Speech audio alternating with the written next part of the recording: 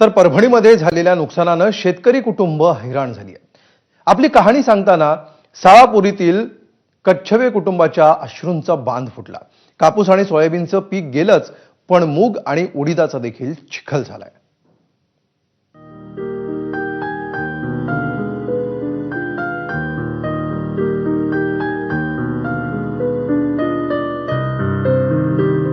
मी सध्या परभणीच्या गंगाखेड तालुक्यातील साळापुरी या ठिकाणी आहे। या शेतकऱ्याचं आपण बघू शकतो, जसं कापूस आहे, सोयाबीन आहे, याचप्रमाणे या शेतकऱ्याने मूग आणि उडीदाची लागवड केली होती।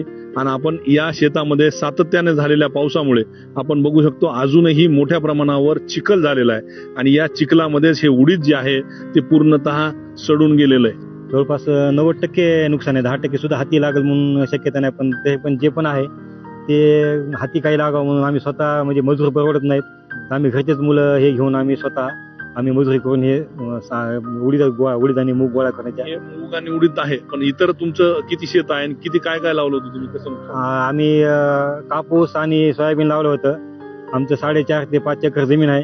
जवळपास 90%च्या पुढे नुकसान आहे।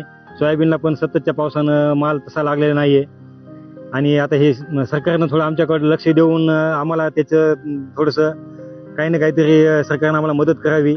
मजुरावर परवडत नाही म्हणून सने आम्हाला लेकरासाठी हे करून लेकराची शाळा बुडवून आणून हे काढावं लागायला। ह्याच्यामध्ये आता काहीच नाही, सरकारनं लक्ष देऊन सन्या थोडंसं हे आता आम्ही काय करणार इथे चिखलामध्ये असं पूर्ण हे चिखल हे करून सन्या, त्याच्यामुळे सरकारनं थोडं लक्ष देऊन आमचं थोडंसं हे करायला पाहिजे। शाळेतले लेकरं ते घेऊन यावं लागायला आम्हाला।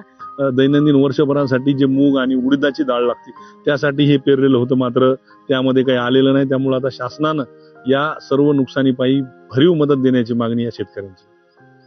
पंकज क्षीरसागर, एबीपी माझा, साळापुरी, गंगाखेड।